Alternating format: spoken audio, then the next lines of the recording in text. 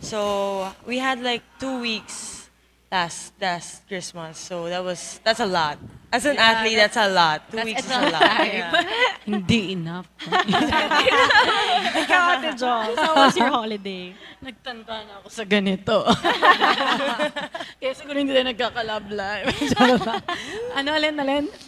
How did you spend your holidays? Alin? Paano? Parang Okay. may ano sila. Actually, Sila lang wala. Tinakot yung bata. Wala. Actually, right after yung Christmas party namin, the next day, lumipad ako. Saan ako punta? Davao. Yeah. Oo, nag-solo trip ako at kailangan kong mag-hibernate. Kasi sobra grabe yung schedule kasi ng laruan. Imagine volleyball. every other day. That every other Yeah. day, and it was big Your games.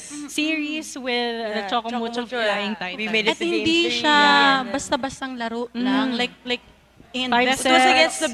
the top teams. Yeah. So Exactly. it was really draining mentally. Emotionally, Yeah. physically, mentally, wala ka nang maipiga. Actually, during the game pa lang, nung Battle for Bronze, sorry sa term, baka may kumakain, na kami. Like, kumukulo na yun siya namin. Gusto na namin, sa sobrang pagod, sa sobrang pressure. Fatigue na talaga. Fatigue talaga siya. Kaya nagsisakitan na yung ulo. After that, parang ayoko nang gumalaw. So, right after that, kanya-kanya na kaming escape. Tapos, Wala munang pansinan. Oo, wala muna. Actually, si Ses nga, sabi ni Ses, buong January, walang magpaparamdam sa akin, hindi ako magre-reply. Ganun siya.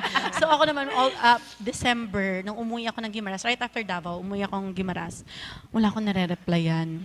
Bihira ako mag-post sa social media. Muna ako, detox Social muna media ako. break. Kasi sobra siyang kinain yung life namin sa laro. Pero hindi kami nagreklamo ha, kasi blessed kami. The more ka daw na nagiging busy the more ka blessed. So, Yes, that's thankful true. kami doon. Kailangan namin magpahinga at times. Pero yun. And